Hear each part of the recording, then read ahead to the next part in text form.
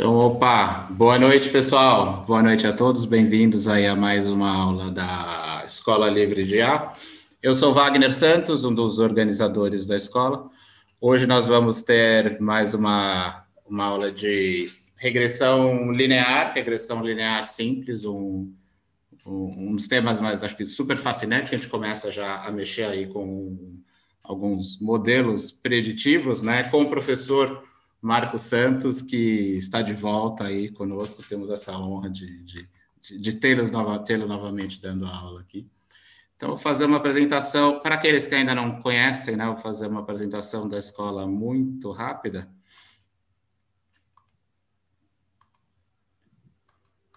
Para não perdermos tempo na nossa aula.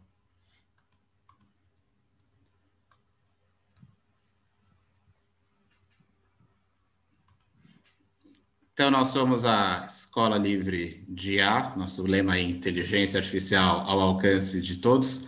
Nossa missão é transformar a vida das pessoas e, no final das contas, da sociedade como um todo, né, através do ensino de inteligência artificial e toda a área de dados, né, podemos pensar aí em ciência de dados como um todo. Essa aula que temos, então, hoje, né, com o professor Marco de regressão linear simples, as nossas próximas duas aulas também estarão aí no tema das regressões, regressão linear múltipla, regressão logística. Temos também como meio que uma porta de entrada para as pessoas entrarem no mundo de dados e como até uma forma de financiar a escola, né, mas com um preço bem baratinho, a trilha de Business Intelligence, onde a pessoa aprende a mexer com Power BI, Tableau e também vê um pouco aí de Alteryx, Pentaho, umas ferramentas de ETL. Quem organiza a escola sou eu, né, o Wagner, o Cleiton, o Guilherme e a Priscila, meio que tocamos tudo aí, mas claro, quem faz a escola no fundo são os professores que nos ajudam, como hoje o Marcos. E convido vocês a visitarem aí os canais da escola, né? Temos o YouTube, o Instagram, o LinkedIn, Facebook, GitHub, Apoia-se. E é isso. Então vamos para a nossa aula. Deixa eu parar aqui de compartilhar minha tela. E aí, professor, fica à vontade. A aula é sua, os alunos são seus. Vamos lá? Vamos nessa, então. E só um detalhe, desculpa, professor. Eu vou mandar o formulário de presença para vocês no chat, tanto daqui como do YouTube. E o material da aula já vai ser disponibilizado tanto aqui no chat, como também no vídeo no vídeo do YouTube, tá? Perdão, professor, vamos lá. Bem, meus amigos, então, boa noite. Estamos aí em mais um encontro, né? Na verdade, nós já tivemos 2 encontros anteriores, quando eu estava falando, quando eu falei em álgebra linear, né? Comecei falando, dei uma primeira parte de matrizes, depois dei uma segunda parte de matrizes aqui na escola, né? E hoje a gente vai conversar um pouco sobre a correlação e a regressão, que são assuntos importantíssimos aí para quem deseja entrar aí nesse mundo da ciência de dados. Então, é o que eu sempre falo, não há a menor condição de qualquer pessoa querer se aprofundar, né, no mundo da ciência de dados sem ter o conhecimento mínimo necessário da matemática.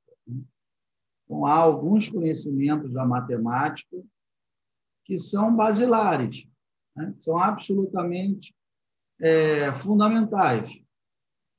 Então, é claro que você está estudando ciência de dados, né? Você quer se dedicar à ciência de dados, você não precisa ser o papa da matemática, né? Não precisa ser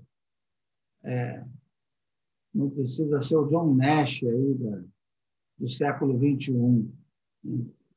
mas tem que ter uma noção, de álgebra linear, de cálculo vetorial, uma noção de estatística, né?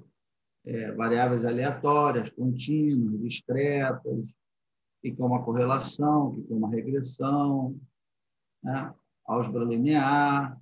Esses conhecimentos básicos são necessários, senão você fatalmente não terá uma boa carreira como cientista de dados. Ou então terá uma carreira cheia de percalços, né? Porque uma coisa é baixar a biblioteca e rodar, né? Uma biblioteca em Python, em R, e rodar essa biblioteca. E outra coisa é você saber o que essa biblioteca está fazendo, né? Então, eu vejo muita gente que, às vezes, fica só nessa de baixar a biblioteca, né? E eu já peguei várias bibliotecas em Python, várias bibliotecas em R, com os métodos errados, né? Os métodos estavam lá errados. Na hora de rodar, eu falei, não, para tudo, que esse método está errado. Essa biblioteca não serve para nada. E biblioteca, às vezes, até no CRAN. Hein? Então, você acha, né? Ah, não, essa aqui está no CRAN. Mas não, quer dizer, é só esse conhecimento da matemática que permite que você consiga avaliar se aquele material é de boa qualidade ou não. O GitHub é como se fosse um Google, né, cara? Qualquer um coloca qualquer coisa lá, né? Qualquer ideia maluca que eu tiver na cabeça, eu vou lá e coloco no meu GitHub e disponibilizo. Então, quer dizer, a gente precisa ter o conhecimento aí mínimo necessário em matemática para poder se tornar realmente um cientista de dados, né? Bem, então, vamos lá. Aqui eu gosto muito, assim, no formato de um bate-papo.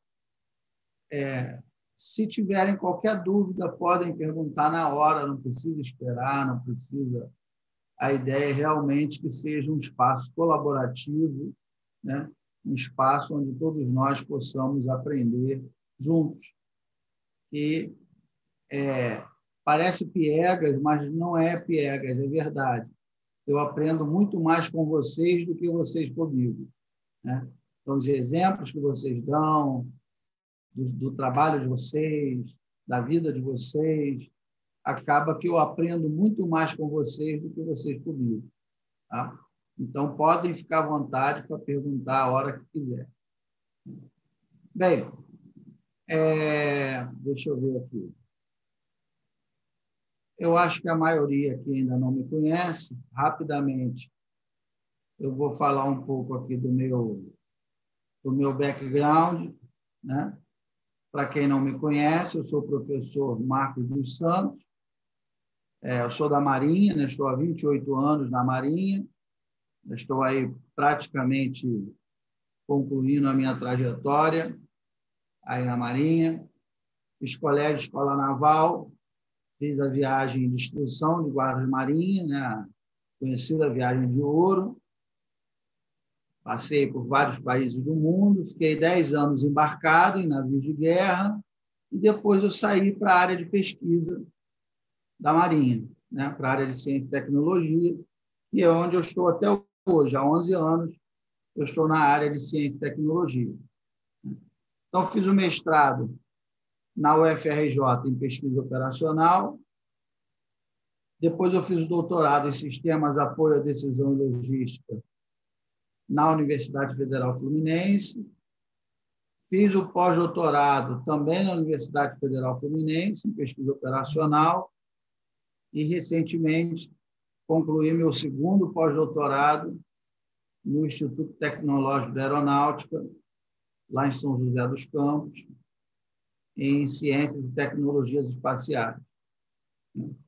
Hoje eu dou aula no Instituto Militar de Engenharia, dou aula na graduação e na pós-graduação. Na graduação, eu dou aula de matemática avançada para computação e na pós-graduação eu dou aula de apoio à tomada de decisão, né? E desenvolvimento de ferramentas computacionais de apoio à tomada de decisão. E, além disso, eu faço parte da diretoria da Sociedade Brasileira de Pesquisa Operacional. Então, esse é um pouco da minha, bem resumida, né?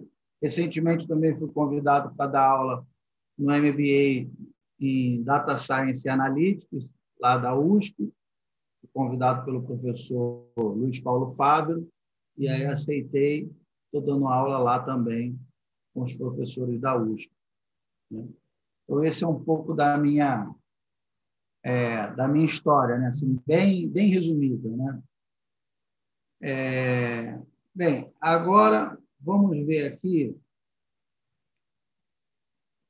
vamos bater um papo aqui sobre o que a gente veio falar, que é a correlação e a regressão. Né? Então, correlação e regressão, que, por acaso, eu não tive trabalho nenhum para montar essa aula, eu só fiz umas adaptações, porque eu dou essa aula no IME também. Por isso que está essa bandeira do Brasil, tem um soldado e tal, porque é uma das aulas que eu dou lá no Instituto Militar de Engenharia. Né? Então, é exatamente o mesmo conteúdo de uma das aulas. Então, sintam-se aí privilegiados, né, por estar tendo uma aula lá, a mesma aula que eu dou para os meninos. Então, essa é a nossa agenda de hoje. Bastante conteúdo, né, para 1 hora e meia, mas eu acho que a gente vai conseguir conversar. Eu queria ter mais tempo, né? Se nós tivéssemos mais tempo, eu iria resolver os exercícios manualmente, equação por equação, porque eu acho que fica mais, né, quando você pega um caderno e vai anotando equação por equação na mão, né, ali, caneta e papel, eu acho que fica mais fácil de você, né, da gente assimilar, né? Pelo menos comigo é assim, eu preciso escrever, eu preciso sentir as fórmulas na mão para ter a certeza, ter a convicção de que eu estou dominando o assunto. Né? Mas, como o nosso tempo é um pouco mais curto, então vou mostrar, né, as equações e tal, vou mostrar alguns cálculos, mas eu acho que vai dar para entender. Tá? Bem, então, começando aí o nosso papo, né? Quando se trabalha com apenas uma variável, aprendemos a calcular as medidas de tendência central e variabilidade. Então, por exemplo, né, eu tenho uma variável, sei lá, salário, quero ver o salário das pessoas, o salário do brasileiro. E aí eu vou lá, eu tenho uma unidade só, né, uma variável só, que é o salário, e aí eu posso calcular lá as medidas de tendência central. Então, por exemplo, eu posso calcular a média dos salários, posso calcular a mediana, posso calcular a moda. Essas são as medidas de tendência central. Né? E eu posso calcular as medidas de variabilidade também, como, por exemplo, desvio padrão. Né? O quanto esses salários, né, se distanciam ali da média. Né? Quando, porém, consideramos observações de duas ou mais variáveis, surge um novo problema. As relações que podem existir entre as variáveis estudadas. Então, eu posso ter 2, 3, 4, 5, quantas variáveis forem, e eu posso querer analisar de que maneira essas variáveis se interrelacionam, né? De que maneira uma variável afeta a outra. Né? Então, olha esse gráfico, que interessante. Né? Deixa eu ver aqui se eu tenho o apontador aqui. Então, nós vemos aqui, né, por exemplo, ó, no início aqui em 1900, né, no ano, um aumento aqui absurdo no consumo de cigarros, né, entre homens, até 1950, mais ou menos, E nós podemos observar aqui na curva vermelha uma incidência de câncer de pulmão que segue mais ou menos o mesmo perfil da curva, né? Com um atraso aqui de 20 anos. Né? Então, tudo leva a crer que esse consumo de cigarros provavelmente está provocando esse câncer de pulmão. Né? Só que nós não podemos afirmar categoricamente que uma coisa está levando a outra. Eu posso chegar à conclusão de que há uma correlação, mas não necessariamente há uma relação de causalidade entre o cigarro e o câncer de pulmão. Nós vamos ver por quê. Né?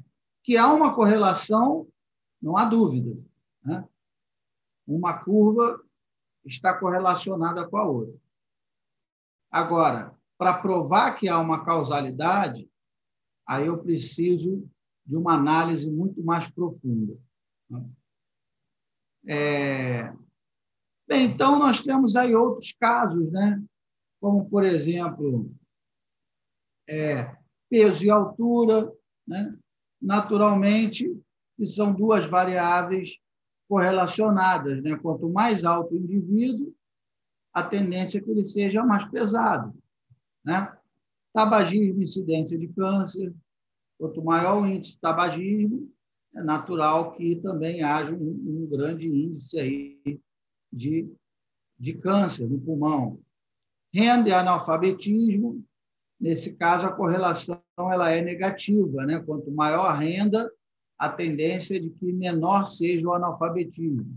Né? E vice-versa, menor a renda, maior o analfabetismo. Aí é o que nós chamamos de correlação negativa. Né? Câmbio e inflação, né? Obesidade e infarto. Eu não gosto muito desse papo, né? Eu acho um papo meio pesado, mas é fato que o infarto acontece mais em indivíduos obesos, né? Entre outras correlações. Né? Bem, aí eu peguei um exemplo, né? Um exemplo ilustrativo, de vendas e gastos, gasto com publicidade de uma loja de confecções. Então, lá nós temos duas variáveis. Há uma variável X, que é gasto com publicidade, né, em milhares de reais, e a venda também em milhares de reais. Né? Então, eu tenho aqui o gasto, né, quanto eu gastei com publicidade, e aqui eu tenho quanto eu obtive com as vendas. Né? Bem, então, a primeira coisa que nós precisamos fazer é um diagrama de dispersão, que é muito fácil de fazer no Excel, né? Não tem mistério nenhum. Aliás, dá para fazer no Excel ou em qualquer outro software, no R, em Python. Né? Isso não tem. A ferramenta é o de menos. Né? Então, esse diagrama de dispersão, ele é o primeiro, vamos dizer assim, é a primeira abordagem. Né? Ele é bom que ele é bem visual, né? E ele já mostra para a gente, por exemplo, só de olhar, eu já sinto que há uma correlação entre o gasto com publicidade e vendas. Ou seja, quanto mais eu gasto com publicidade, mais eu vendo. Né? Eu já percebo que existe aqui uma reta de tendência aqui, né? E positiva, ou seja, quanto maior o gasto com publicidade, maior vai ser as minhas vendas. Então, o diagrama de dispersão ele serve num primeiro momento.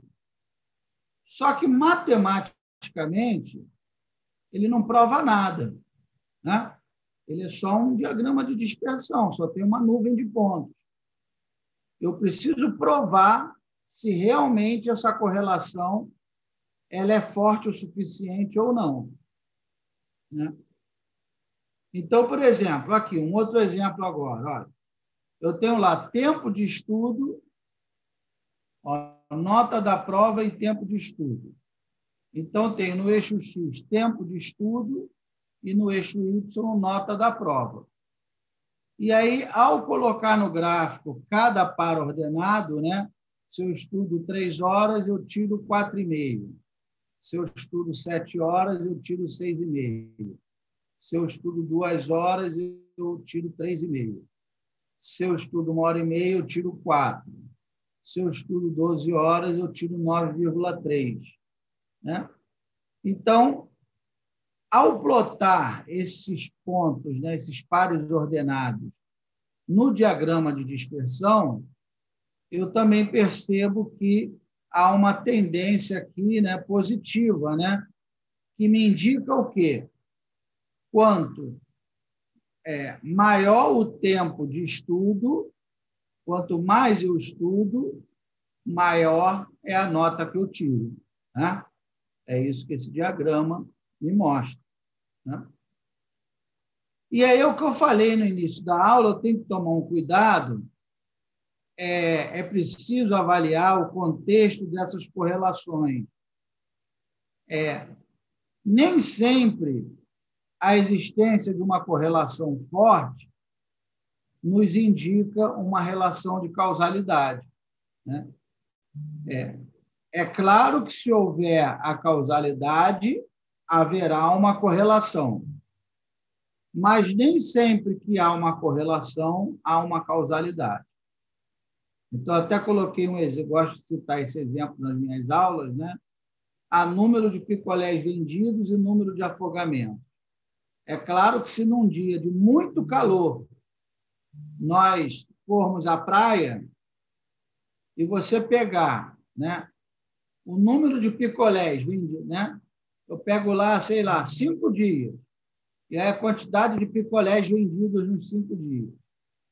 E a quantidade de pessoas afogadas nos 5 dias, provavelmente essas duas variáveis estarão fortemente correlacionadas. O número de picolés vendidos e o número de pessoas afogadas. Né? Isso quer dizer que as pessoas morrem afogadas porque chupam picolé? Não, né? Isso não faz o menor sentido. Não é o picolé que afoga a pessoa. Né? Então, embora nós tenhamos uma relação forte de correlação, né? Venda de picolé e pessoas afogadas, não há uma relação de causalidade entre elas. É porque, na verdade, a relação de causalidade é o seguinte, né? A variável aí, que nós chamamos de variável independente, é o calor. Né? Tanto o picolé quanto a quantidade de afogamentos são variáveis dependentes, elas dependem do calor. Quanto mais quente o dia, mais pessoas vão à praia e se afogam. Quanto mais quente o dia, mais pessoas chupam picolé. Né? Então, que, na verdade, a variável aí independente é o calor, é a temperatura do dia. E é ela que faz as pessoas chuparem muito picolé e faz as pessoas irem muito para a água e se afogarem. Né? Então, às Professor vezes, Marcos, fala. Esse é o que nós chamamos de correlação espúria, é isso? E, às vezes, é difícil de você identificar qual é a variável independente. Né? Às vezes, você pensa que aquela variável ela é independente, ela não é. Né? Você tem aí uma correlação espúria. Às vezes, fica claro, né? Mas nem sempre fica. Eu fiz um curso numa universidade da Holanda, um curso sensacional, eles até abordava bastante isso. Né? Ele falava, por exemplo, havia uma pesquisa dizendo que pessoas idosas que têm um pet, um bichinho, né? Um gato, um cachorrinho, elas vivem mais, ficam menos doentes. Né?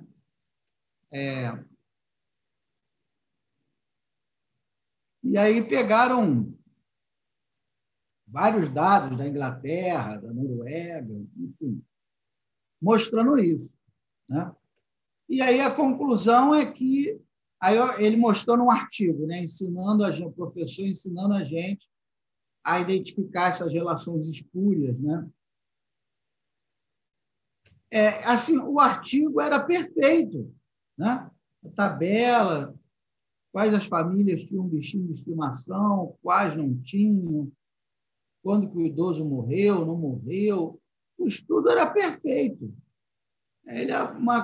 Qual é o problema que vocês encontraram nesse artigo? Eu não encontrei problema nenhum. Para mim, está mais do que provado que realmente um bichinho de estimação contribui para a longevidade dos idosos, né? Ele falou, pois é, mas na verdade... Aí ele foi destrinchando o artigo, né? Ele falou, na verdade, esse artigo aqui está com várias falhas metodológicas, né, nesse experimento. Porque eu não tenho como dizer que é o bichinho, o pet, que está aumentando a longevidade do idoso, né? Pode ser que seja porque o idoso precisa se levantar várias vezes para colocar comida para o pet, água, né? E aí ele se movimenta mais, e aí se movimentando mais, melhora a rigidez física dele. Então, não necessariamente eu preciso colocar um pet, eu posso colocar uma esteira para ele fazer uma caminhada. Não é o pet que aumentou não é o pet necessariamente que melhorou a qualidade de vida do idoso. Se eu colocar uma esteira, de repente vai melhorar também, né? Não precisa ser um cachorro, um gato, né? Então, na verdade, o que melhora, a questão é o idoso precisa se movimentar, né? O pet só foi um meio para o idoso se movimentar, mas há outros meios, né? Então, na verdade, não é que o fato de ter um pet aumenta. A causalidade não está no pet, a causalidade está no movimento. O idoso precisa se movimentar, né? E eu achei muito interessante esse caso, esse exemplo, né? Então, muitas vezes, fica muito escondida aí a variável independente, que no caso aí do idoso é o movimento, né? Vamos botar aí minutos por dia de movimento, né? Às vezes fica muito escondido, a gente não consegue identificar essa variável independente, né? Ela acabou sendo mascarada pelo PET, né, mestre? Mas podia ser, né? Podia ser um netinho, né? Idosos que vivem com netos, Uhum. podia ser uma esteira, idosos que têm uma esteira em casa, vivem mais. É verdade, é verdade. Não é o fato de ter um cachorro que fez ele necessariamente. Uhum. Não, realmente, o cachorro fez ele viver mais, mas não precisa ser o cachorro necessariamente. Até a questão da alimentação, né? Porque ele paria, eu tenho que alimentar o gato, por exemplo. E eu também tenho que comer. E tem que botar bebida botar água para o cachorro. E eu também tenho que beber água. Essa relação também, né? Da alimentação. Pois é. Então, parece simples, mas não é, né? Essas análises assim, a gente tem que tomar muito cuidado para não chegar a uma conclusão errônea, né? Bem, então, vamos falar na correlação, né? Sendo a relação entre as variáveis de natureza quantitativa, a correlação é um instrumento para medir, né, essa relação. Então, a correlação ela mede a força que duas variáveis estão correlacionadas, né? Não adianta eu olhar o diagrama de dispersão e falar assim, eu acho que está correlacionada, e parece que há uma correlação. Não é assim que funciona. Eu tenho que ter uma medida numérica que me diga se essa correlação ela é forte ou não, ela é significativa ou não, né? E aí, uma vez caracterizada a correlação, procuramos descrever essa relação por meio de uma função matemática. E aí vem a regressão. A regressão é o instrumento adequado para a determinação dos parâmetros dessa função. Então, primeiro, eu verifico se as variáveis estão correlacionadas, fortemente correlacionadas, né? Se a correlação ela for significativa, aí eu parto para a regressão, que é uma expressão matemática que vai me dizer de que maneira essas duas variáveis estão correlacionadas, né? Se a minha correlação for fraca, se ela não for significativa, não faz sentido eu partir para a regressão, porque a correlação ela é fraca, né? Então, para que eu vou ter um trabalhão para medir, para achar a fórmula de regressão entre duas variáveis ou mais, se a minha correlação ela é fraca, né? Então, vamos ver um exemplo. Então, consideremos uma amostra aleatória formada por 10 dos 98 alunos de uma classe da faculdade A, e pelas notas obtidas por eles em matemática e estatística. Então, no eixo X, aqui eu tenho a nota de matemática, né? E no eixo Y, eu tenho aqui a nota em estatística. E aí, o que eu sempre falo, né? Às vezes, meus alunos falam assim para mim: professor, mas é claro que quem for... É claro que quem for bem em matemática vai bem em estatística. Eu não preciso ter nada que prove isso. E aí eu sempre dou a mesma resposta, né? Eu falo, ora, mas você precisa estudar 10 períodos de engenharia para me dar essa resposta, né?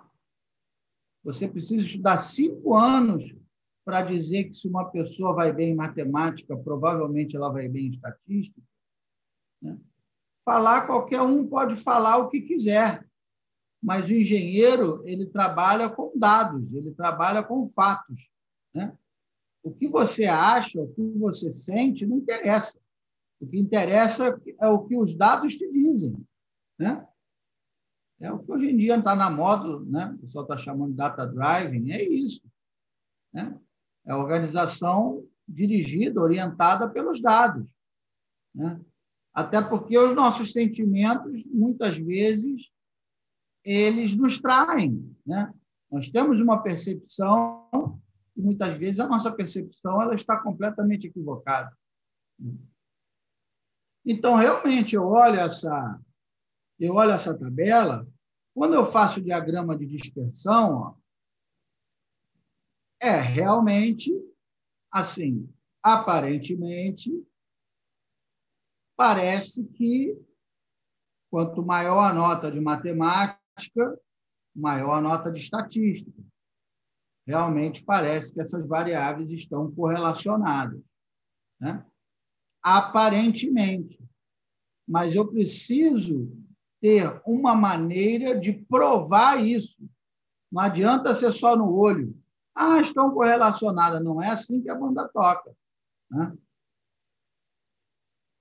E aí, por exemplo, olha só, esse exemplo aí, né? Tem um diagrama de dispersão, e aí?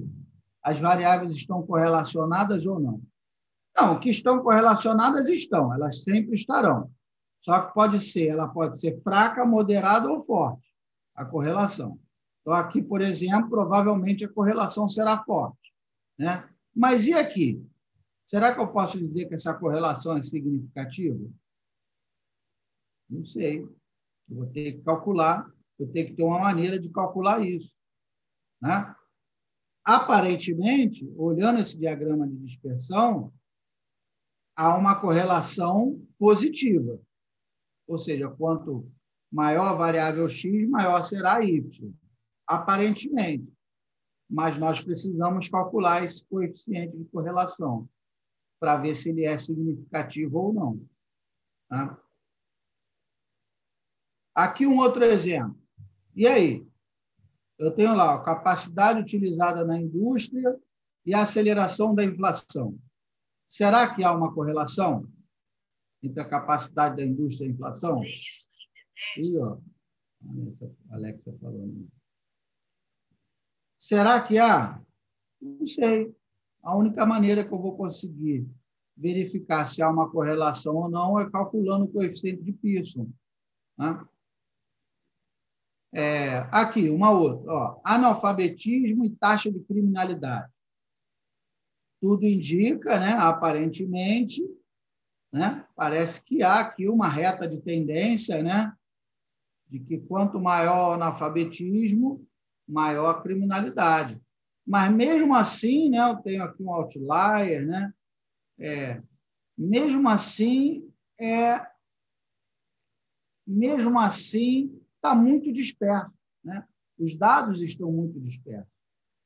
Eu preciso jogar isso aqui em alguma fórmula, algum algoritmo, para ver se realmente a correlação aqui ela é fraca, moderada ou forte. Aqui um outro exemplo, né? Outro diagrama de dispersão. Ó. Taxa de analfabetismo e expectativa de vida. Aqui tudo indica que há uma correlação negativa, né? Ou seja, quanto maior a taxa de analfabetismo, menor é a expectativa de vida. O que nos parece bastante razoável, né? Porque se a pessoa é analfabeta, não sabe ler, não se cuida, não lê bula de remédio, não toma remédio direito, e aí provavelmente vai acabar vivendo menos. Né? Mas também esse diagrama está muito disperso. Né? Eu tenho a minha nuvem ali, eu tenho vários pontos dispersos, tem um outlier aqui, né? Então, tem esse outro aqui. Então, eu preciso jogar lá, eu preciso calcular o meu coeficiente de Pearson para ver se realmente há ou não essa correlação. Bem, e aí nós vamos ver agora como é que nós calculamos essa correlação. Então, o coeficiente de correlação de Pearson é uma medida que avalia o quanto a nuvem de pontos no diagrama de dispersão aproxima-se de uma reta. Então, esse coeficiente de Pearson ele serve para verificar se há uma correlação linear. Né? Não é qualquer correlação. Eu posso ter outras correlações. Posso ter uma correlação quadrática, logarítmica, mas a correlação de Pearson é para ver, esse R, né, esse coeficiente de correlação, vai me dizer se há uma correlação linear. Né? E a formulinha que nós vamos usar é essa. Né? O cálculo do coeficiente de Pearson é com essa formulazinha, onde N aqui é o número de elementos da minha amostra, né? Aí eu tenho o somatório do produto x e y, né? Primeiro eu faço o produto de cada um e faço a soma. Depois, o somatório de x e vezes o somatório de y, sobre aqui, raiz de, aqui abre o colchete, o número aqui, o n da amostra, somatório de x quadrado menos. Aí aqui, somatório de x ao quadrado, e multiplica, papapá. Ok. Isso aí já tem no Excel, né? Você colocar lá a função lá, já tem essa função pronta no Excel, que faz esse cálculo, né? Você coloca lá igual a Pearson, né? Quando você colocar lá PIR, ele já vai completar, som. Aí você seleciona as duas colunas, que ele vai estar realizando esse cálculo aí, do coeficiente de Pearson. Dessa forma. Né? Eu gosto, como eu falei, eu gosto de fazer na mão com vocês, né? Pegar um exemplo e fazer número por número, só que hoje, em 1h30, um pouco menos, não, 1h20, não daria tempo da gente fazer na mão essa conta. Bem, e aí, esse valor de R, a primeira dica, né? Ele sempre tem que ser maior ou igual a -1 e menor ou igual a 1. Se você achar qualquer valor fora desse intervalo, é porque você errou em conta. Você calculou o R e deu 5, você errou em conta. Não existe R igual a 5. Se você calculou o R e deu -3, você errou em conta. Não existe R igual a -3. Né? E aí, como é que é a classificação dessa correlação? Ela é o seguinte, ó, se ela for igual a 1, dizemos que há uma correlação linear positiva e perfeita. Isso quer dizer o quê? Isso quer dizer que os pontos estão exatamente em cima de uma reta. Exatamente. Não há desvio do ponto em relação à reta. Né? Se ele for igual a -1, quer dizer que eu tenho uma correlação linear negativa e perfeita. A diferença é que um deles eu vou ter uma reta crescente, é a positiva, né? Vai ser essa aqui, e o outro é uma correlação negativa, vai ser assim, né? Mas quer dizer que os pontos estão exatamente em cima de uma reta, o que, naturalmente, é muito difícil de acontecer, né?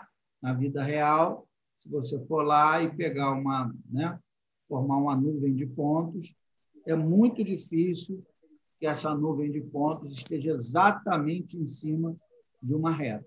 Né? E, mestre Marcos, se acontecer essa questão do do coeficiente de correlação igual a 1 ou -1, é possível afirmar que é uma causalidade? Se isso acontecer? Não. Não. Não ela é linear, linear, perfeita, positiva. Mas, então, aí não podemos afirmar que é causalidade mesmo dessa forma. Não. Não necessariamente é uma causalidade. Né? Vou ter que estudar outros fatores para ver se há uma causalidade ou não. Eu sei que há uma correlação, mas a causalidade eu não sei se ela existe. O fato é, se houver causalidade, então há correlação. Mas se houver a correlação, não necessariamente há causalidade.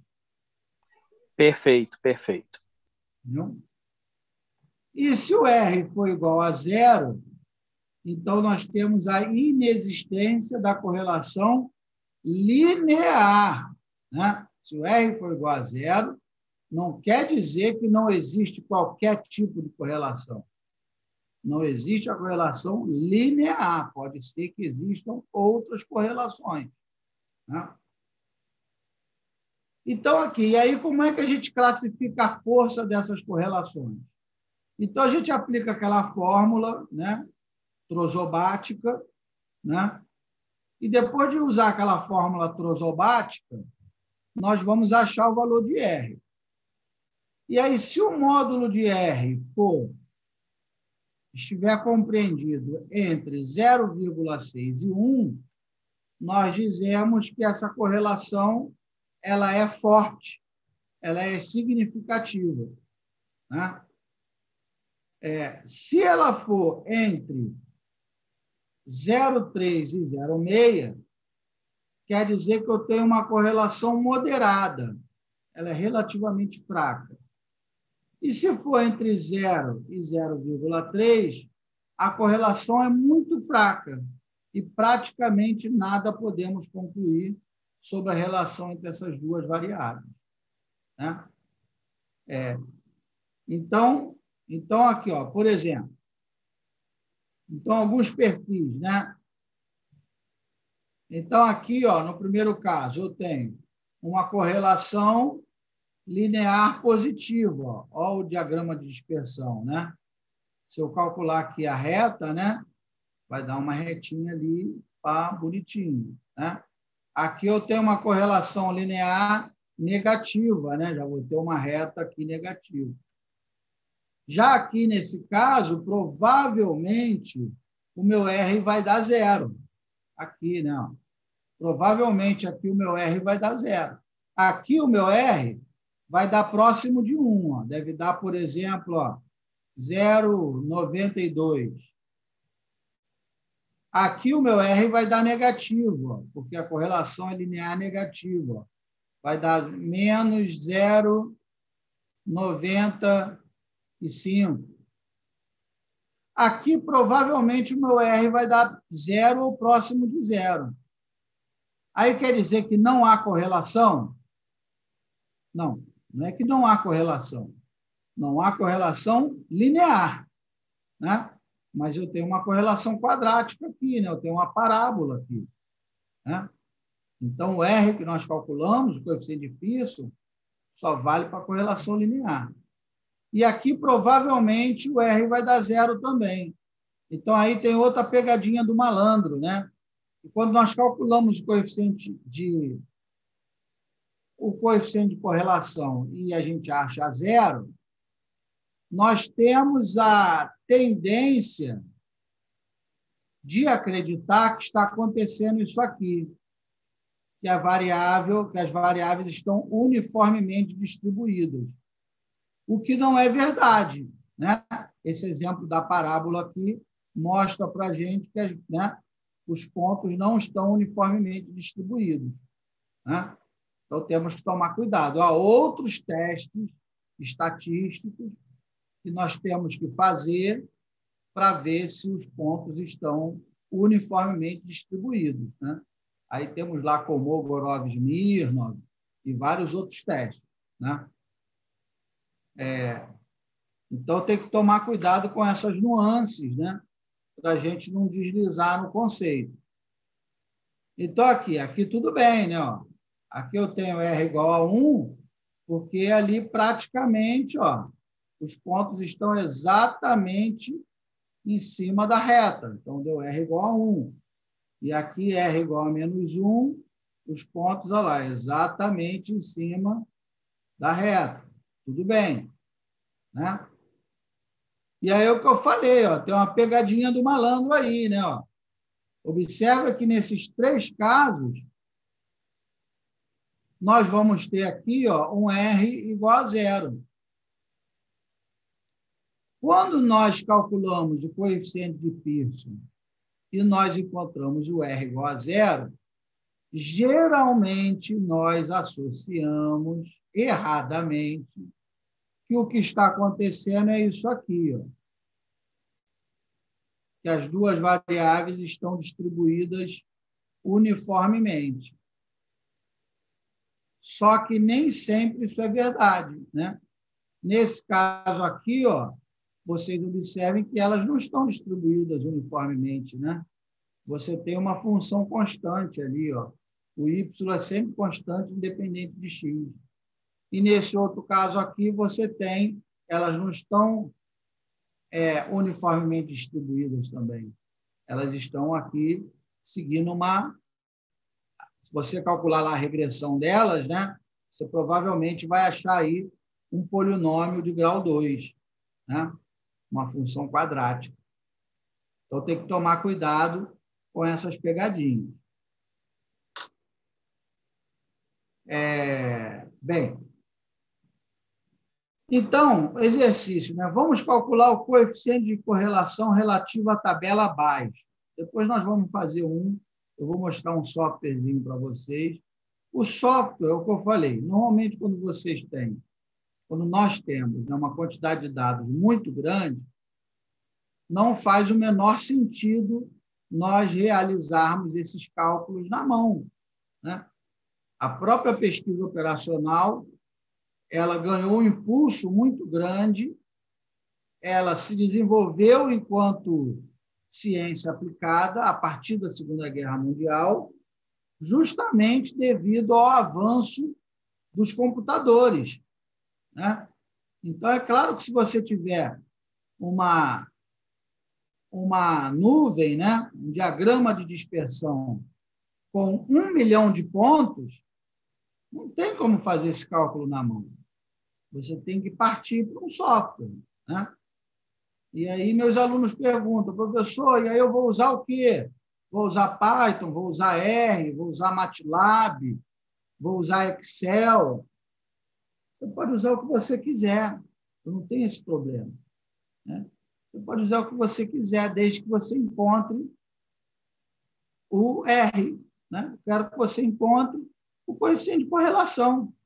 O que você usou é ferramenta, não me interessa, né? Ah, mas qual é a melhor ferramenta? Não existe a melhor ferramenta. A melhor ferramenta é aquela que você se sente mais à vontade. É aquela que faz mais sentido para você. Essa é a melhor ferramenta, né? Então, por exemplo,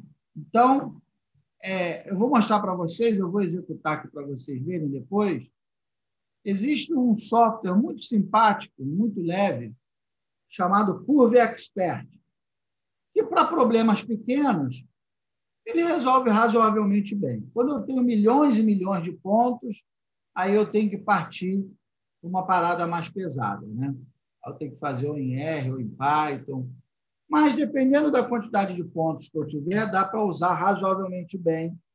Eu já orientei vários TCCs e até algumas dissertações de mestrado que o Curve Expert atendeu bem, né?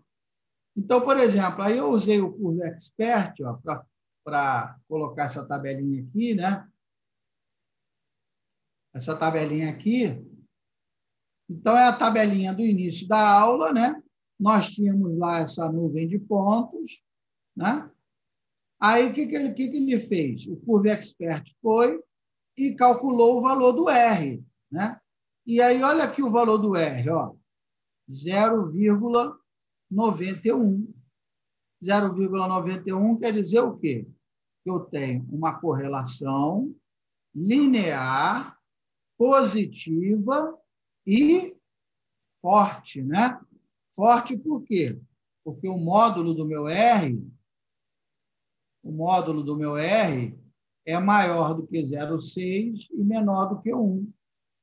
Então, essa correlação aqui é forte, né? Então, quer dizer que essas duas variáveis são fortemente correlacionadas, né? Então, eu identifico essa correlação. Então, o que eu falei, embora ainda seja precipitado eu concluir que todo aluno que vai bem em matemática vai bem em estatística. Quer dizer, ainda é precipitado eu chegar a essa conclusão, porque eu estou dizendo que há uma causalidade entre uma coisa e outra. Eu sei que há uma correlação, mas eu ainda não sei se necessariamente há uma causalidade entre estatística e matemática. Eu tenho que fazer uma análise muito mais profunda. Que há uma correlação é um fato. Isso não tem o que se discutir. Essas duas variáveis estão correlacionadas de maneira forte, né? Agora, se há uma causalidade ou não, eu tenho que partir para uma investigação mais profunda, né? Bem, aí nós temos outra pegadinha do malandro, né? Então, olha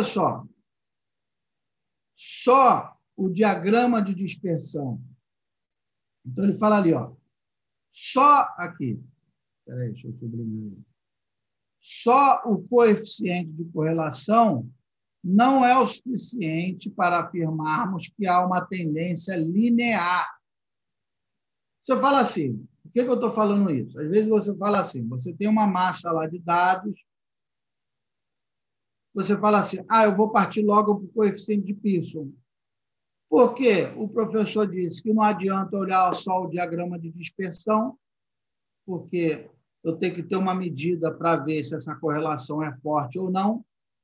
Então, vou partir logo para calcular o R. Se o R for maior do que 0,6, é sinal que a correlação é linear positiva forte, né? Mas olha só que coisa, né? Nesse exemplo aqui que eu coloquei, o R, eu acho que está pequenininho ali, não dá para ver. Nos 4 casos, o R é igual a 0,816. Nos 4 casos. E observe que os diagramas de dispersão, eles têm perfis completamente diferentes, né? Quando eu calculo R, o coeficiente de Pearson, e acho 0,16, qual é o diagrama de dispersão que me vem à cabeça? Me vem à cabeça esse aqui. Isso é um fato, né? Eu falo assim, peguei um diagrama de dispersão, calculei o coeficiente de Pearson e deu 0,816. O que te vem à cabeça é esse primeiro. Mas não necessariamente ele vai ter esse perfil, né? Ó, esse segundo aqui tem até aqui um pedaço de parábola, né? Uma curva. Esse aqui eu tenho um outlier, né? Esse aqui está um monte de ponto aqui junto e o outro lá na frente. O que eu quero dizer com isso, meus amigos? Eu quero dizer o seguinte. O diagrama de dispersão e o coeficiente de Pearson, eles andam sempre de mãos dadas. Você não pode fazer um sem o outro. Só o diagrama de dispersão sem o coeficiente de Pearson não rola. Não adianta, né? Não adianta eu olhar para um diagrama de dispersão e falar, eu acho que a correlação é forte. Não. Achar qualquer um acha. Tu não precisa estudar para achar, né? Achar qualquer um acha, né? Não precisa ser cientista de dados para achar que a correlação é forte, né? E da mesma maneira, você não pode só calcular o coeficiente de Pearson e, a partir do coeficiente de Pearson, você dizer se o perfil, né, você tem um perfil linear ou não. Então, quer dizer, são duas coisas que caminham juntas. Você tem que ter o diagrama de dispersão e tem que ter o coeficiente de Pearson, necessariamente, para fazer a análise dos seus dados. Tudo bem até aí? Deu para acompanhar? Ou eu falei alguma coisa? Tranquilo? Sim, tudo ótimo, tranquilo. Tranquilo, mestre. Pois é, então vamos lá. Então, aí, por exemplo, eu peguei uma questãozinha de prova, né? Só um exercício, só para... Deixa eu ver aqui o que o pessoal está falando aqui no chat. Tá tranquilo, papapá, som quadrática. Tá. Então, só aqui uma questãozinha super simples, né? Então, da Petrobras, ó. Analisando os diagramas de correlação das variáveis y1, y2 e y3, afirma-se que o coeficiente de correlação em relação a x da variável. E aí, qual é a resposta que vocês acham a correta? Me digam aí. Aí ele diz que, na letra A, y1, ele diz que, em relação à variável x, né, o eixo das abscissas, y1 é igual a 1, y1 é igual a 0, y2 é igual a menos 1, y3 está entre 0 e menos 1, e y3 está entre 0 e 1. Qual que vocês acham que é a correta?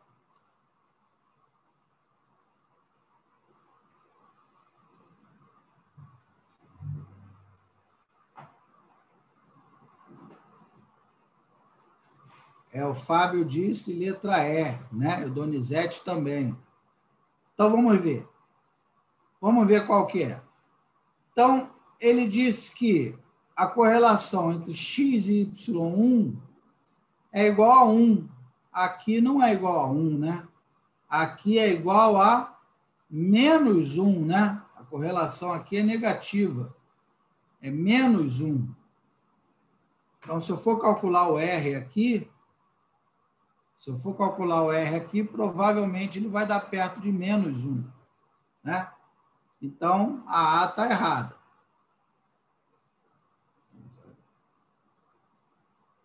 Então, a A está errada. Depois a B, diz que Y1 é igual a 0.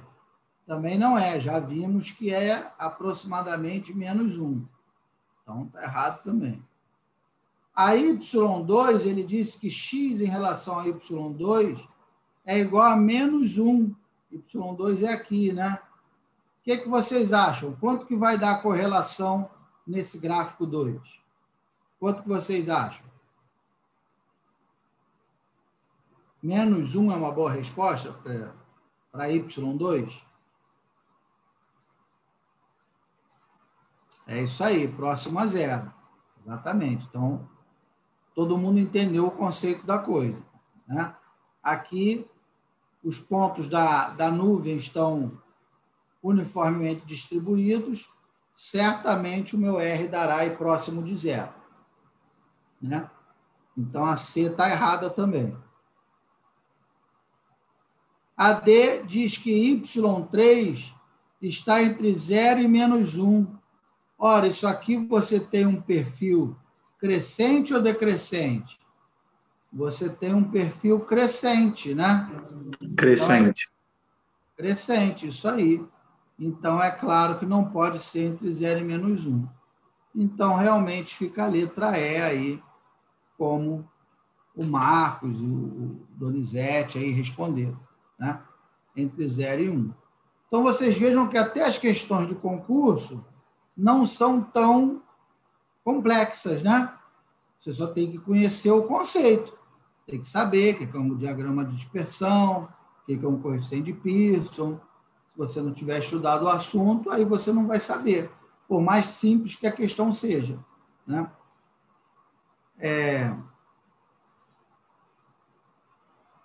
Bem, aí nós entramos, então, na regressão. Qual é o papo da regressão? Então, uma vez que eu descobri que o coeficiente de correlação é forte, então vale a pena eu partir para a regressão. Né? Uma vez que há uma correlação, então a regressão ela me interessa. E o que é a regressão? A regressão é a expressão matemática que me mostra como uma variável está correlacionada com a outra. Né? Então, isso é o que nós chamamos de análise de regressão. E aí é o que eu falei no início da aula, né? A variável sobre a qual aqui desejamos fazer uma estimativa recebe o nome de variável dependente e a outra recebe o nome de variável independente. Então, se eu for querer calcular, por exemplo, o número de afogados na praia, a minha variável independente é a temperatura do dia, né? E a minha variável dependente, que é o Y, é a quantidade de afogados. Quer dizer que a quantidade de afogados depende da temperatura do dia, né? Quanto mais quente, mais afogados, né? As pessoas vão mergulhar e aí se afogam. E aí, como nós estamos lidando com a correlação linear, certamente eu vou ter uma função da forma y igual a ax mais b, né? Que é a função afim. Né? E esse y ele tem um chapéuzinho, é y um chapéu, porque é um valor estimado. Né? Então, voltando para o nosso exemplo, né? Então, eu tenho lá a minha tabelinha com as notas, matemática e estatística. Com essa tabelinha, eu parto aqui para o meu diagrama de dispersão. Aí, o meu diagrama de dispersão já me dá lá que o R, né? Calculo o coeficiente de Pearson, achei que o R é 0,91. O próximo passo qual é? O próximo passo é fazer a regressão. Né? Já que vale a pena, já que essa correlação é forte, já que o R é 0,91, então eu vou ver qual é a fórmula da regressão. E aí, como é que nós calculamos a fórmula da regressão? Nós calculamos com essas duas formulazinhas aqui. Eu tenho lá y igual a x mais b, né? O a é o coeficiente angular e o b é o coeficiente linear. E aí, para calcular o a, eu tenho lá n, que é esse n aqui, é o número de elementos da minha amostra, somatório do produto, x e y, menos o somatório de xi vezes o somatório de yi. Isso tudo dividido por n, que é o número de elementos da amostra, somatório de xi quadrado menos o somatório de xi ao quadrado, né? E aí o b vai ser o quê? Y barra, que é a média, o y médio, eu vou fazer uma média aritmética dos y, menos a, e aí o x médio. Como eu disse, isso tudo eu queria fazer aqui, né, passo a passo, manualmente, só que aí nós precisaríamos ter aí 3, 4 horas de aula. Quando eu dou aula lá no IME, eu faço no quadro, fórmula por fórmula, faço vários exercícios, mas aqui não teríamos tempo para isso, né? Mas eu acho que dá para pegar o conceito. E essas fórmulas, elas existem, né? Tanto no R, as bibliotecas do R, em Python também já tem, e no Excel também tem, né? Você vai lá, você já calcula tudo isso, já tem essas fórmulas prontas lá no Excel, né? Então, aqui, por exemplo, fazendo a correlação, como é que fica aqui? Eu fiz lá no Curve Expert, né? Como é que fica aqui, então? Olha aqui, ele me deu aqui o resultado, né? Ele já me dá lá o A e o B. O coeficiente ele deu lá, ó, 10 a menos 1, né? Então, ele já me deu aqui que para essa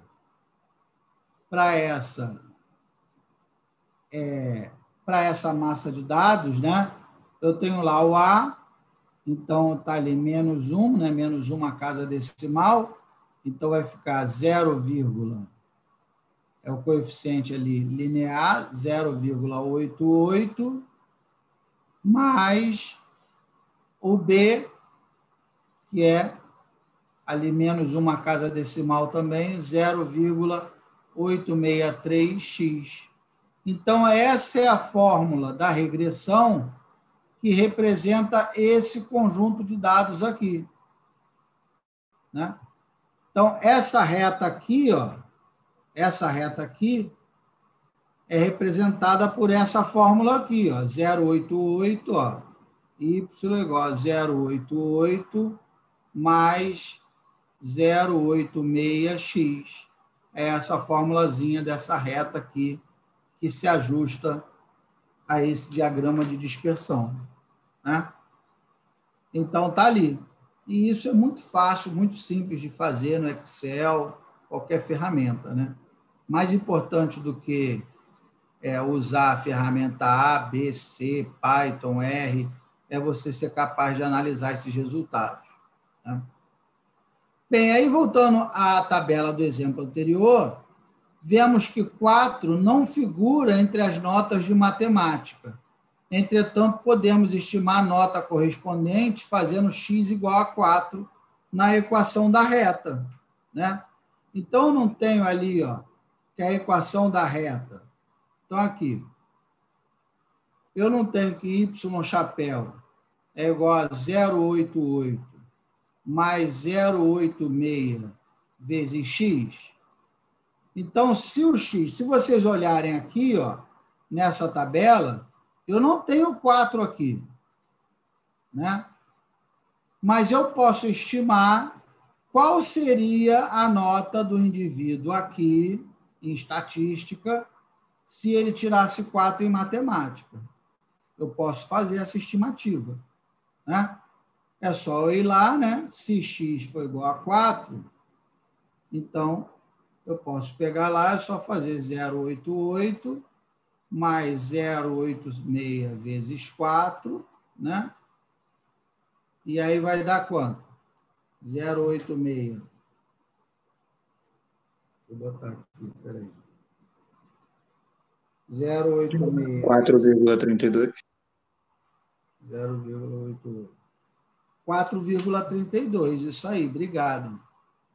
4,32.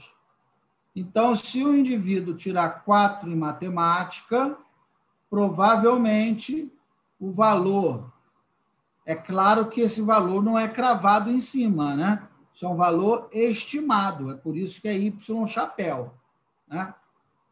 4,32. Agora, olha só, repetindo o mesmo procedimento para 1, teríamos o seguinte valor para Y.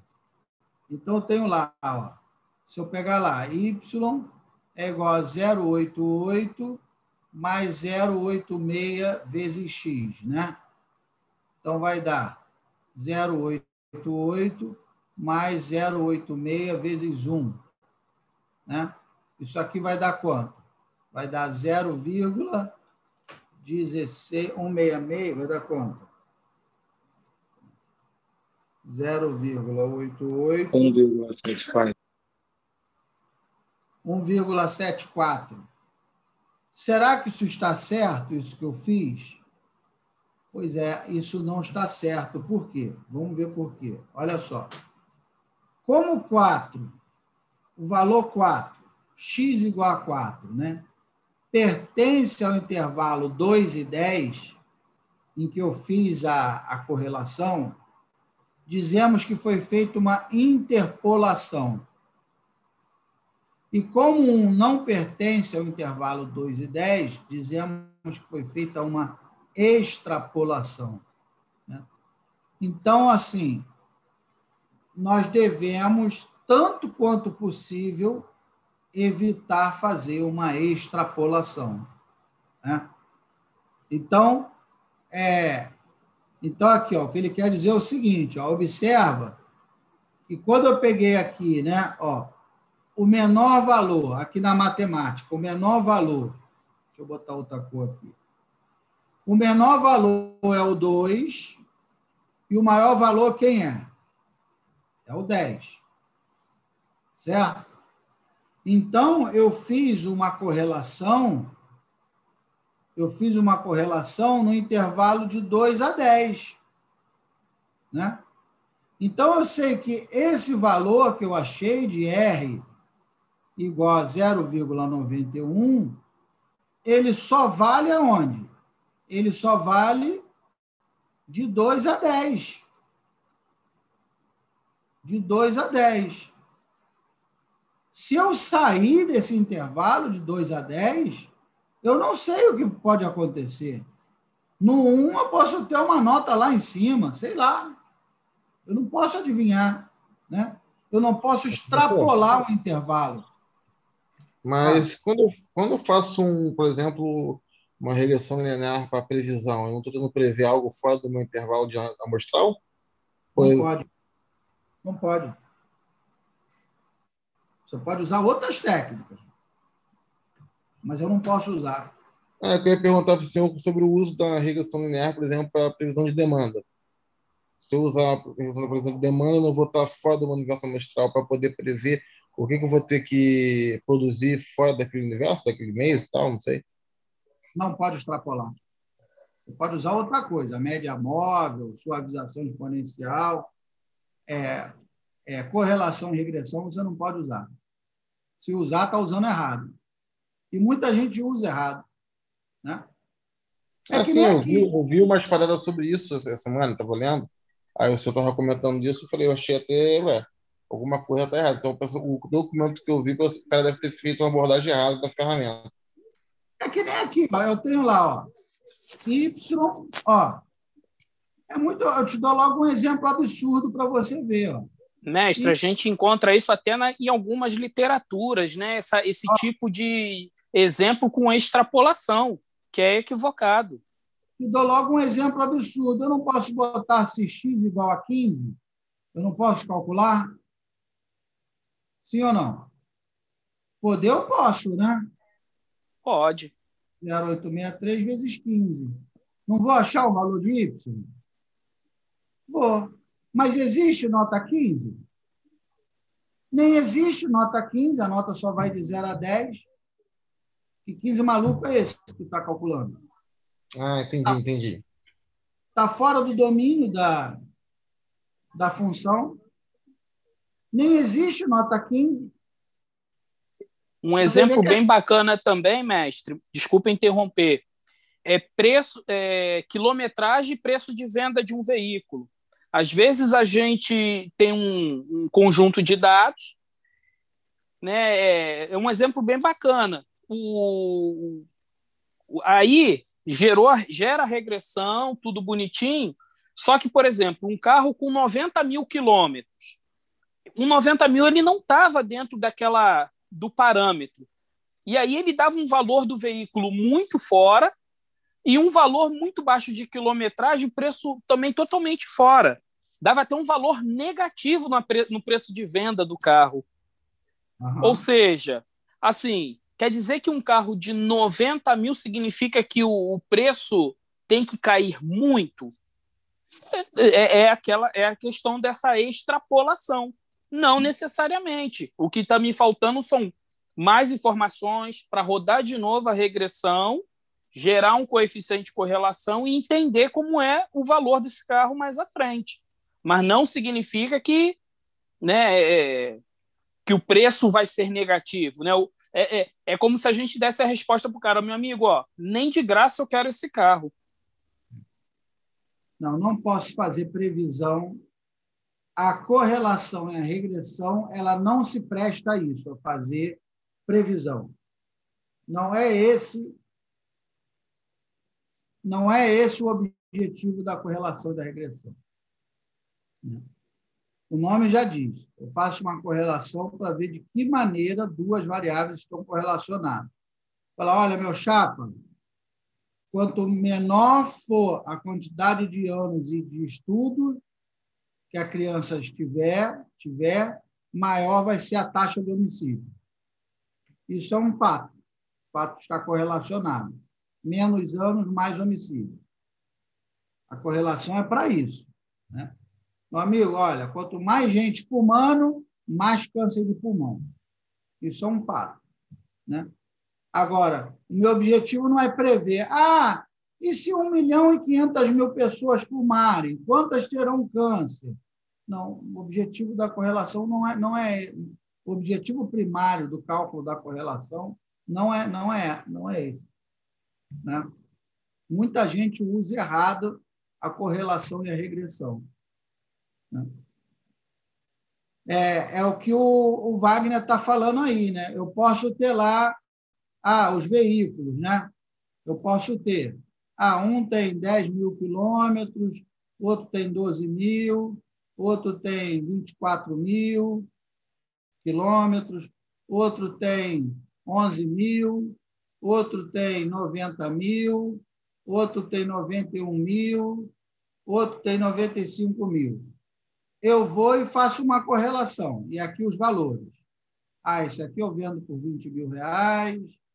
Esse aqui eu vendo por 18 mil. E por aí vai. Né? Se eu faço uma correlação aqui, qualquer conclusão que eu tire vai ser no intervalo de 10 mil quilômetros a 95 mil quilômetros rodados. Né? Essa é a minha correlação. Por quanto eu vou vender o carro que rodou 100 mil quilômetros? Por quanto eu vou vender? Não sei. Não sei, a minha correlação é de 10 mil a 95 mil. E se for 80 mil? Se for 80 mil, aí dá para calcular, porque aí eu faço uma interpolação, está aqui no meio. É isso. Né? Eu não posso extrapolar, até porque, às vezes, você tem uma função, que ela tem esse comportamento aqui, né? Ela vai bem, crescente, linear, chega uma hora que ela suaviza. Então, quer dizer, tu fez uma correlação aqui, né? Então, se você extrapola, o que ele vai considerar? Se você extrapola, ele vai considerar que tua reta continua crescendo, teu ponto está aqui, e não está. Né? Por exemplo, se você pegar crescimento de uma criança, né, do ser humano, com 1 ano, está aqui, 80 centímetros. Com 2 anos, 1 metro e pouquinho. Né? Papapá. Com 18 anos, aí está aqui, 1,90 m. Né? Se você extrapolar, né? Quer dizer, então, que com 40 anos a pessoa vai estar com 5 metros. Né? Se você fizer uma extrapolação. Né? Você seguir aqui o padrão da correlação linear, você vai chegar à conclusão que com 40 anos o indivíduo está com 5 metros de altura. E não é. Que a partir de 18 a altura estabiliza, não aumenta mais. Entendeu? Então, tem aí vários exemplos que mostram por que a gente não pode extrapolar o intervalo.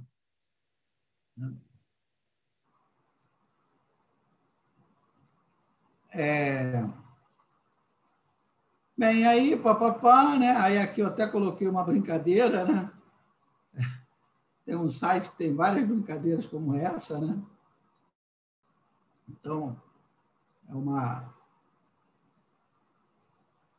uma sátira, né? Bem, aí, E aí eu coloquei esse exercício aí, né? Para a gente fazer, para vocês sentirem o que acontece no Curve Expert, né? Vamos colocar esse... Então, esse software eu acho que vocês conseguem de graça na internet. Eu lembro que eu já baixei o meu tem alguns anos, mas eu acho que ele ainda está disponível. Né? Então, aqui, espera aí. Descartar. Deixa eu ver aqui se eu acho aqui o meu aqui.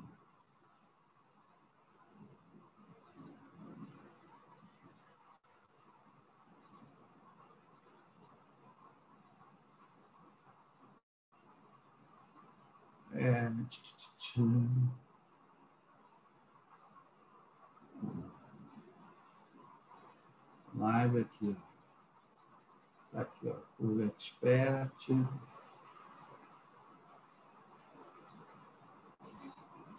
Olha lá, Curve Expert. Vocês estão vendo a tela do Curve Expert? Sim. Afirmativo. Sim, sim. A tela do Excel, né? Então, aí vocês colocam aí, tem 12 elementos, ó. Então, esse problema aqui é o seguinte, né? Deixa eu botar aqui, vamos ler que a gente não leu. Aqui, ó. Então, o problema é o seguinte, a tabela a seguir apresenta o tempo de funcionamento em horas de uma máquina seladora de sacos plásticos e a quantidade de sacos plásticos que saem danificados da referida máquina. Então, a tendência é que quanto maior o tempo de funcionamento, mais sacos plásticos saiam danificados. Né? Então, verifique se há uma correlação linear entre as referidas variáveis. E, caso exista, estabeleça a regressão. Né? Então, olha lá. Ó. Então, vou colocar aqui, ó, x e y. Vou colocar lá, ó, 56, 42, 72, 36, 63. É claro que isso eu consigo importar também, né? Uma planilha. 47. Estou fazendo aqui só para vocês observarem. 47, né? 55, 49, 38, 42, 68,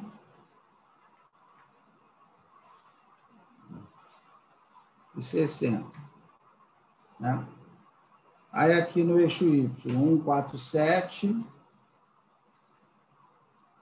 Sai um zero ali a mais. Peraí. O que está aquele zero ali? 147. 147. 125. Professores estão pedindo, se possível, dar um zoom ou aumentar a fonte. Não sei se é possível. Não sei se dá. Deixa eu ver, peraí. Tá. Não sei se dá no software, mas vou ver. 160, 118,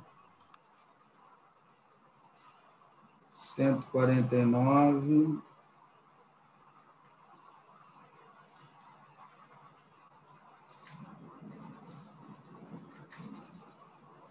149.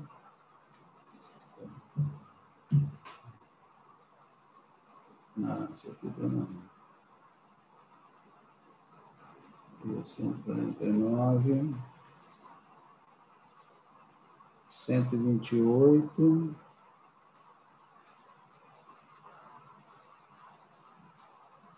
150, 145,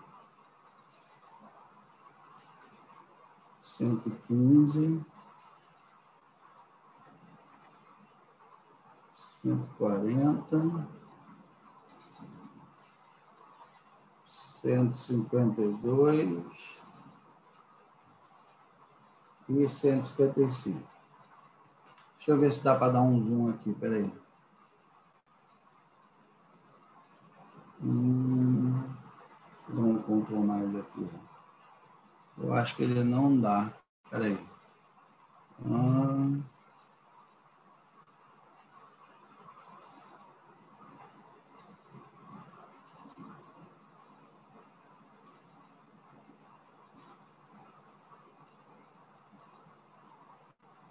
Eu não sei se melhorou ou não, mas aqui, ó, vocês já observam. Então, aqui, ó, eu digitei aqui, né, ó, uma amostra com 12 pontos, né? E aqui, opa, peraí. E aqui, deixa eu pegar uma caneta aqui. E aqui eu tenho lá, né, aparentemente eu tenho uma correlação, né, linear. Só que isso não é o suficiente para eu dizer que há correlação linear ou não. Só o diagrama de dispersão não me diz isso, né? Então, eu tenho que vir aqui, ó. Então, eu tenho que vir aqui, ó, apply fit, né? Ajustar reto, ó. E aí eu vou escolher qual ajuste que eu quero fazer. No nosso caso, é o linear, né? Então, ele vai fazer lá o ajuste linear, ó. Né, ó. E aí tá lá, vamos ver, ó, como é que deu a nossa correlação. A nossa correlação deu boa. Eu tenho aqui. Nossa correlação deu boa, porque aqui o R, ó, 0,89. Então, nós vimos que a correlação é forte se o R for o quê? Maior do que tiver entre 0,6 e 1, né? Então, a minha correlação é linear, positiva e forte, né? Então, quer dizer que, realmente, quanto mais tempo a máquina fica em operação, a tendência é que mais sacos defeituosos sejam fabricados, né? E se eu for aqui em info, ele vai me dar a fórmula da regressão, ó. Ele me dá lá o coeficiente linear, né, 8,07, e o coeficiente angular 1,138, né? Super simples, não é nada demais, né? Só tem que saber fazer a análise certa, né? Bem, então aí, deixa eu ver aqui, como é que eu apago aqui, papapá. Então, vamos finalizar.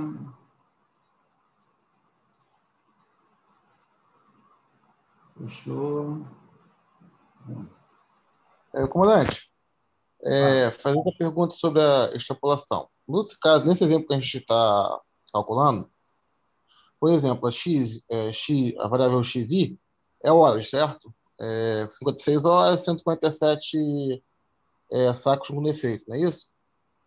Hora é uma variável contínua, né? Por mais que eu esteja pegando um espaço amostral aí de, deixa eu ver, 42 a 68, como é uma variável contínua, ela pode chegar até 65 horas, 70 horas, 80 horas. Eu realmente não posso usar de jeito nenhum a minha equação para poder prever quantos sacos com defeitos eu vou ter se eu tenho uma variável contínua como variável independente. Não entendi. Como é que é? Por exemplo, o tempo é uma variável contínua, certo? Então, comparando o tempo com aquele caso da matemática, eu não tenho nota maior do que 10. Beleza, então eu consigo medir 12, 13, 14. Todavia, eu posso operar minha máquina acima de 80 horas, 90 horas, 100 horas, né, de tempo de operação. Então, eu não estou limitado. Eu peguei uma amostra, só que eu posso ter mais tempo. Então, quando tem uma variável que é contínua, eu não posso tentar prever essa variável com a regressão? Não. Ou seja, tantos sacos através do tempo. Não pode extrapolar. Sim. Pode ser que a partir de 100 horas de funcionamento a máquina derreta todos os sacos. Entendi. Você não tem como prever. Entendeu? Beleza, tá fácil. Professor, O comportamento que você sabe que acontece, o comportamento que você sabe é dentro daquela massa de dados que você tratou. Fora daquela massa de dados, qualquer coisa pode acontecer. Entendi. Aí tem que usar realmente outra ferramenta, tipo gráfico de controle, algo do tipo. Entendi. Pode ser que comece a reduzir o número de sacos danificados. Depois que a máquina esquenta e pega o pique, ela começa a estragar menos sacos. Ou pode ser que ela derreta todos os sacos. É imprevisível. Professor, para esse caso dele, seria necessário, então, uma pesquisa para aumentar essa margem de informações que a gente tem no caso, né? Vamos supor que acima de determinado número, você sabe que acontece isso. Aí você tem como fazer essa extrapolação e descobrir, né? Não. Aí você não vai fazer uma extrapolação. Se você aumentar a tua margem de dados, aí você, como você aumentou, você vai fazer uma interpolação dentro desse aumento que você fez. Entendi isso, a interpolação. Né? Ali tem o quê? De 56, o máximo foi quanto? 72? Aí você aumenta de 72 para 100. Beleza. Então, de 72 para 100, então eu posso estimar quantos sacos eu vou ter estragado quando eu tiver 90. Só que aí você não vai estar extrapolando, porque você já aumentou tua amostra para até 100 horas de funcionamento. Né? Entendi. Lembrando, mestre, que isso também vai aumentando o conjunto de dados, a gente não tem noção do comportamento. Ele pode também se tornar, como o senhor falou, lá ele começa a crescer, depois ele fica lá constante, né? A gente não sabe o que vai acontecer se aumentar o número de dados também, né? Não sabe. Deixa eu avisar aqui que eu tenho outra aula aqui com outro grupo.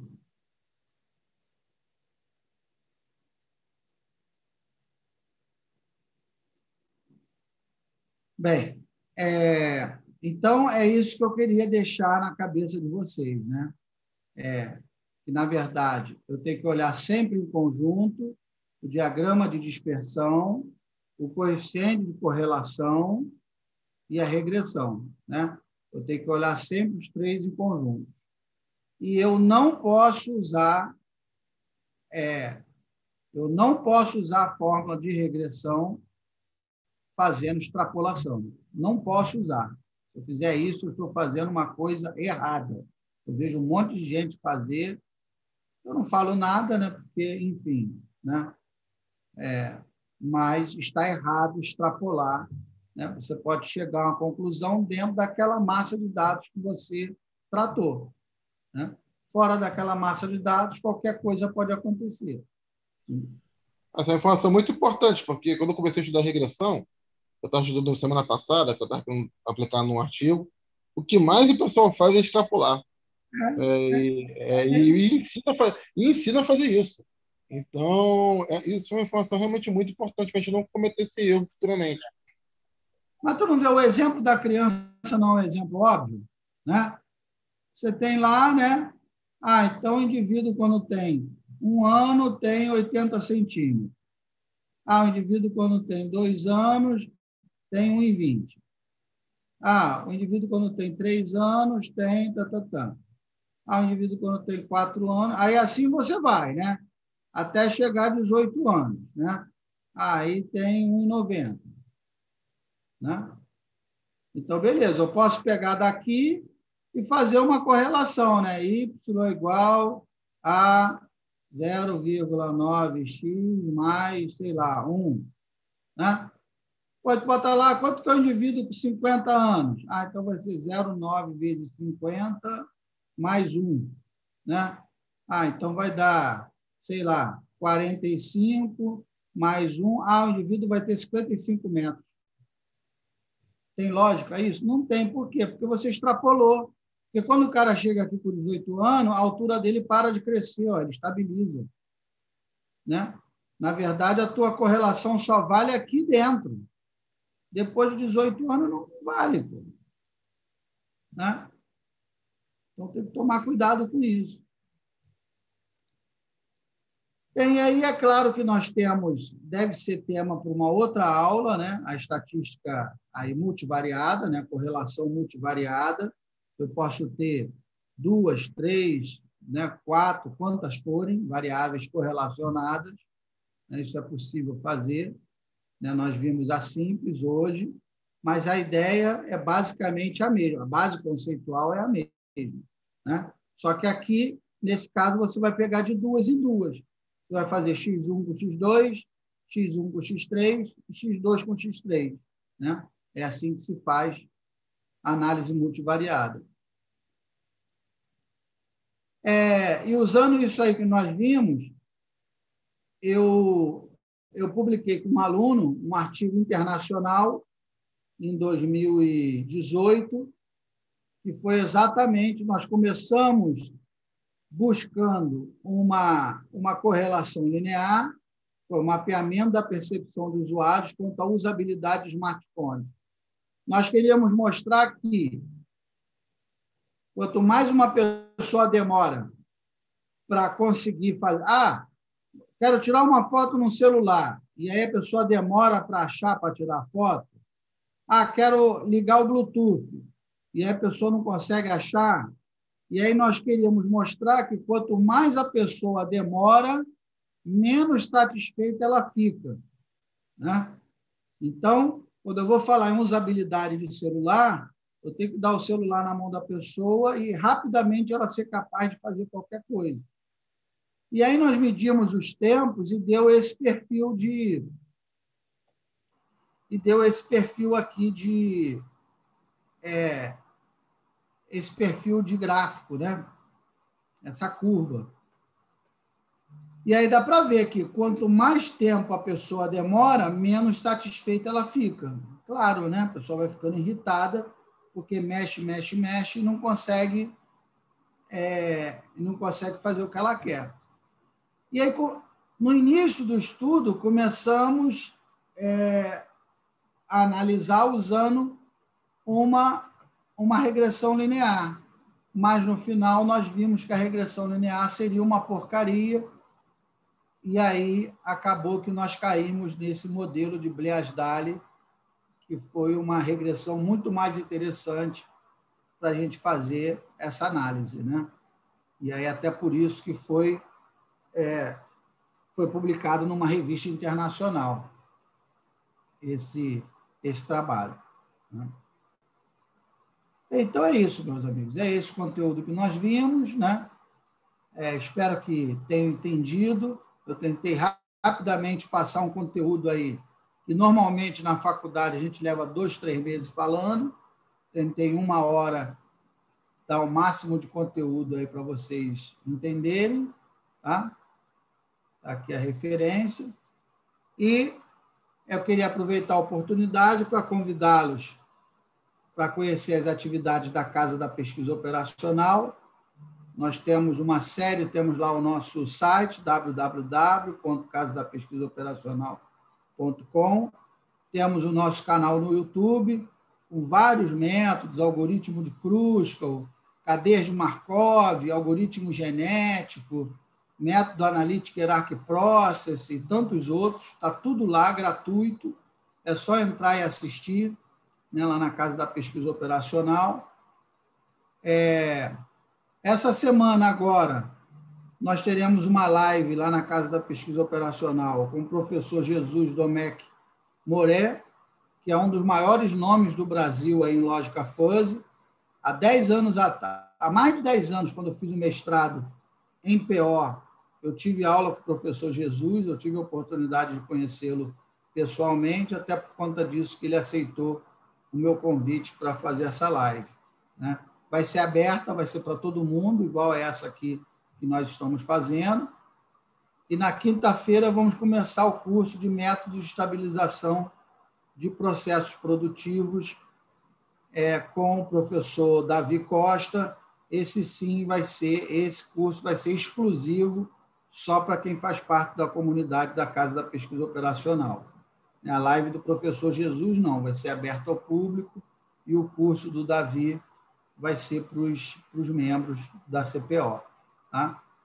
E na outra semana, no dia 31 de maio, na semana que vem, nós teremos aí os primeiros passos com a pesquisa operacional e a ciência de dados. Então, a semana toda de atividade, segunda a quinta, Leandro está até aí presente, vai ser um dos que vai falar no método das P-medianas, um trabalho muito interessante que o Leandro apresentou agora num congresso de Administração, Sociedade e Inovação. E teremos a presença também do coronel Marcelo Zavadski, que é professor lá da United States Air Force Institute of Technology, que vai falar para a gente sobre o Value of Recursive Thinking. Isso tudo completamente de graça, né? Todo mundo pode assistir, é só entrar lá tem um link do Simpla, né? Se cadastrar lá pelo Simpla, e automaticamente, não tem custo nenhum, e automaticamente todo mundo vai ter acesso aí a todas as lives. Tá? Então, era isso que eu tinha para falar. Muito obrigado, né? Espero ter ajudado, né? E qualquer coisa, qualquer dúvida, podem contar comigo, né? Tem meus dados, endereço de e-mail. Se você colocar lá no Google Marco dos Santos, pesquisa operacional, vocês vão achar 1 milhão de palestras, lives, meu endereço, meu LinkedIn, vão achar tudo, né? Se tiver qualquer dúvida, é só mandar, que eu vou ter o maior prazer em tirar. Tá? Então, mais uma vez, obrigado pelo convite, e é isso. Nós que agradecemos, professor. Uma aula fantástica, fascinante, realmente. O pessoal elogiando tanto no YouTube como no chat aqui. Acho que foi assim, um prazer e uma honra recebê-lo. Então é isso, pessoal. Teremos aí as próximas 2 aulas, a próxima aula daqui a 15 dias, e vamos mandar aí no mesmo fluxo. Lembrando que temos aí no chat, tanto aqui do Zoom, como lá no YouTube, o formulário de presença. Então, preenche, que nós vamos emitir certificado no final. E é isso. Obrigado, gente, pela presença de todos. Obrigado, professor, por compartilhar seu tempo e seu conhecimento conosco. Boa noite a todos e uma boa semana. Boa noite. Obrigada, boa noite.